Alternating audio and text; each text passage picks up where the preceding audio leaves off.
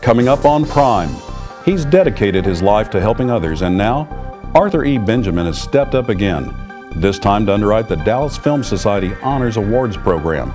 No, it's not his first sponsorship, but this year it was personal. Find out why, next on Prime.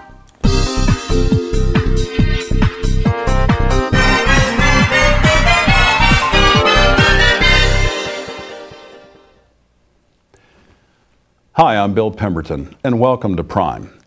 Well, there are many words to describe Arthur E. Benjamin: philanthropist, animal advocate, and supporter of the arts. Well, it was in that last capacity that Mr. Benjamin just stepped up in a major way to provide a big boost to the Dallas Independent Film Festival just concluding this weekend. Well, Arthur's here with us today to explain about his involvement there and to tell us what all happened. Arthur, welcome. Nice being here, Bill. Well, thanks for being on the show. And who's your little friend there? Well, this is my alter ego and a movie buff. Most people think he's an Ewok, but his name's Bandit. Bandit. Well, welcome, Bandit.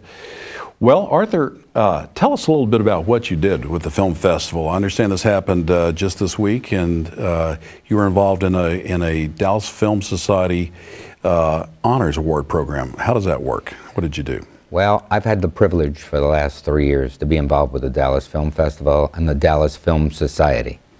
And each year, for the last 3 years, I've sponsored the Art of Film in the fall and the Dallas Film Honors, which happens in the early spring right now. And this week, we honored some key people. The purpose of the honors is to select very talented and really industry-affecting actors, actresses, directors, producers that are acknowledged at the film festival for their contribution to the art. Right. Well, very interesting.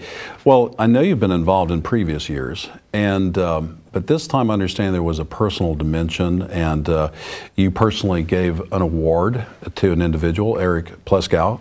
Tell us about Mr. Pleskow, the award, and your special connection there. Well, I grew up in the film business. I'm one of the few people in my family that escaped from it, and I've sort of come full circle in that I have had very few dealings with the film business until I moved to Dallas about 10 years ago. And 4 years ago, I met Michael Caine and Melina McKinnon, and I got involved with the first film festival that I was involved with here in Dallas. It's been an exciting run since, and I've always done it in memory of my Uncle Bob. Robert S. Benjamin was the chairman of the board, founding chairman of the board of United Artists and then Orion Pictures. And he was always a person and an executive and a family member, an uncle. Right. He was very kind, but he was a larger-than-life person. Sounds like it. So, and I understand Uncle Robert had a connection with Mr. Pleskow. Tell us about that relationship. So when they took over from, they took over United Artists as a failing company from Charlie Chaplin, Douglas Fairbanks Jr., and Mary Pickford. There were, I believe, 5 partners, Eric Pleskow being one of them. It was Robert Benjamin, Arthur Krim, Eric Pleskow, names that are known in the business. And when I heard that, not only did I have the privilege of sponsoring Dallas Honors, but I had the privilege of personally presenting Eric Pleskow, who had worked with and for my uncle as chairman of the board of the company. It really brought it home. It was a true personal connection. It was a very personal connection. I understand he had a fairly remarkable career. Are you familiar with his background? He did, and I'm going to read from some of the notes from last night. But Eric was a phenomenal man. He served in World War II, and when he finished World War II, he was in his home country, Vienna. So he was back there, and the U.S. government asked him to rebuild at that time a company there as part of the rebuilding program in Europe, Bavaria Film Company, Bavaria Film Studios. And he was very successful at it, and after that, he joined United Artists, as I told you, and in 1973, he became the president of United Artists. The next 3 years, One Flew Over the Cuckoo's Nest, Rocky, and Annie Hall. Major films. And then he left the next year and went to Orion Pictures. Amadeus, Platoon, Dances with Wolves, and Silence of the Lambs. I think there's some Oscars mixed in there, aren't there? There's quite a few. They took the Oscar every year for 3 years on those first three. Outstanding. So a major, major film figure that you had the opportunity to honor here in Dallas, which I think says a lot about the Dallas film community and their support from major players and your support. Well, Dallas is one of the top 50 film festivals in the world now. And to me, it's one of the most interesting because it's not just people flying in, but the community involvement here beats any of the other film festivals I've been to. I mean, if you compare it with, let's say, Sundance, which is the one everybody thinks of. Right. Sundance is about people flying in from all over the world, but going up to a place called Park City, it's not necessarily about Salt Lake City itself. So the community is not as involved. Here, all of the leaders in the community are involved. The film business, which is growing dramatically in Texas, we ought to thank our legislators for the tax incentives that make that possible. Right. The growth has made more and more people come here. I understand there are some notable figures that are investing in businesses now from the film business. We're going to see more film people here. Well, you sound like a hugely ardent supporter, and that you sound like a Texan. And no, I don't ever sound like a Texan, but I feel like a Texan. But it's that attitude, you know, bigger than life, put your shoulder to it, and that's what I sense around the Film Society. Dallas Film Society is everybody's in it, and a little bit of Texas pride on the line there, and really going with it. So why did you choose Dallas? You could have been a film supporter in any of a number of film centers around the world. Well, I have always been interested in Dallas since the first series, Dallas. Right. J.R. Ewing. Right. That and the Dallas Cowboys, I think, captured the imagination of the world. You know, twice a week, Right. sort of growing up, I got to watch Dallas and I got to watch the Cowboys win year after year after year, and I thought, gee, that's an interesting place. It also has the reputation for being an entrepreneurial city where one can really drive a company. And so I moved here like many other people, chasing a dream and building a company, and Dallas became home. Well, that's excellent. I think that probably is a definition of a Texan, as a visionary and somebody who's willing, because Texans are people from everywhere, really. Well, that's interesting. Well, when I look at your bio and I see a huge emphasis on philanthropy and I see a huge passion that's very evident about movies, can you tie those two strings together for us? What is it about movies and philanthropy that is there a common thread there? Well, I would say that philanthropy is about getting people to, you use the word visionary, to catch a vision, whatever that vision is. Interesting. And films have a way of reaching into our mind and then into our heart and moving us to do things. They're a way for us to sort of have a window into our own lives and into our own souls.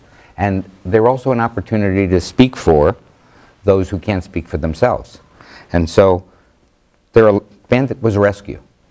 And he couldn't walk. He couldn't use his rear legs when I originally got him.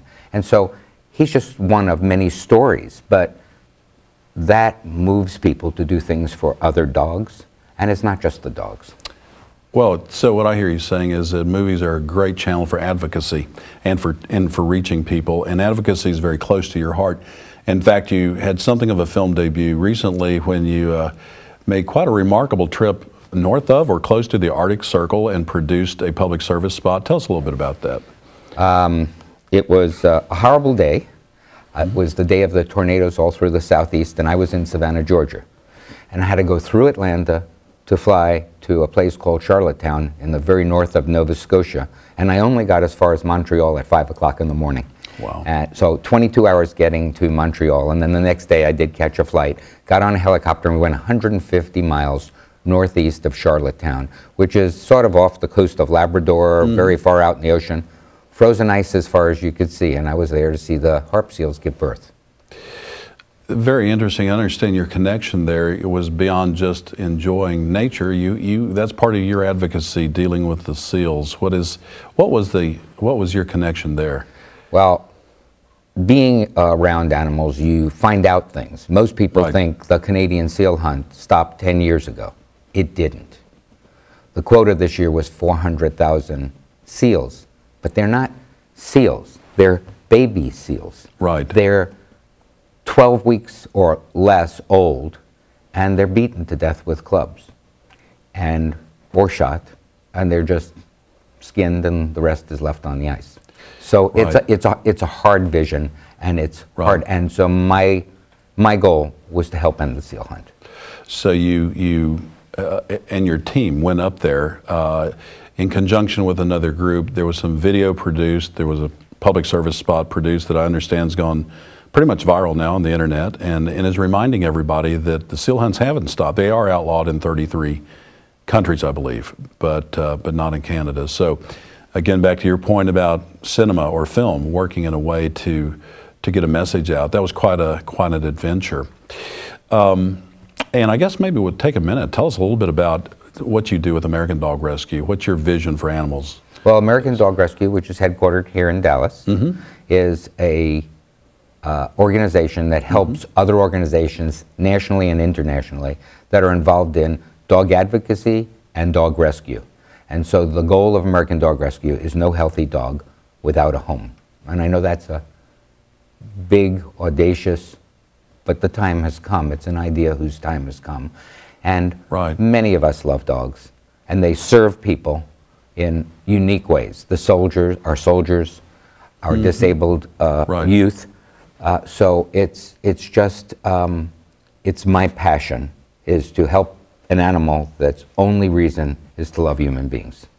And I understand from some of your biomaterial that your love and advocacy is not only about dogs, but you've been known to help lions get relocated, the SEAL expedition, we could call it. So you really are a guy who is stepping out there and championing people and speaking up for animals that can't speak up for themselves. And yeah, we've got a project going right now. Yeah. It's called One World Football. It's it's a soccer ball that was invented that, and it's called football in Europe, of course, but it's a ball that cannot be deflated. In Africa, kids have no way of socializing except to play with each other. And they get a soccer ball, and 2 days later it's flat from the incredible heat in 120, 30 degrees, and that gets kicked around. And so balls, this is a ball that lasts a lifetime. I actually have one, and the dogs play with it. And they chew, they bite on it, they jump on it. I've stood on it, and it reinflates the minute you step off it. Sounds like a remarkable ball. It is. It's called One World Football. Sting is one of the people behind it. It was his money that got it going. And the goal is to get a major company that they're very close to involved and give thousands and tens of thousands of these balls out to create the interest amongst Americans, but at the same time, give a ball for every American that gets a ball. A kid in Africa gets a ball. I think it's a great cause, and we're making a movie on it now. That's truly remarkable. Well, we've got about 2 minutes left, but I'd like to, maybe ask, as a guy that loves film and loves animals and so forth, you've done the PSA. You also have started a TV show here based in Dallas, your own TV show. And tell us briefly about your TV show, and then I want to ask you about your future in movies. The show's called For the Love of Dogs. It isn't always focused on a dog, but that's what it is. That's the whole show. It's about people and initiatives that are in line with the title, For the Love of Dogs, and it's organizations and individuals who are making a difference. And we do an interview with them just as you're interviewing me now. Very interesting. Well, we've got about 30 seconds left. Tell me a little bit about, is there a movie in your future? Are you looking to invest in movies, do documentaries, taking it back to the Dallas Film Society and your interest and concern there? Well, I'm involved with the effort to recount what happened in the 80s in the Stark Club, and it's the Stark film, the Stark Project. Interesting.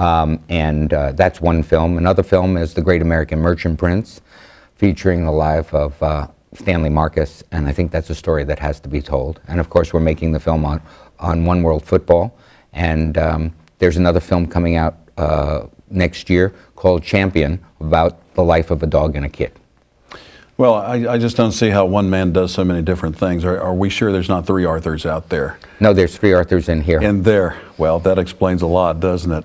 Well, very good. Well, if you'd like to know more, and I'm sorry, but we're just about out of time, but what I would like to do is to tell our viewers that if you'd like to know more about Arthur and his contributions to the Dallas Film Society, please visit arthurebenjamin.com.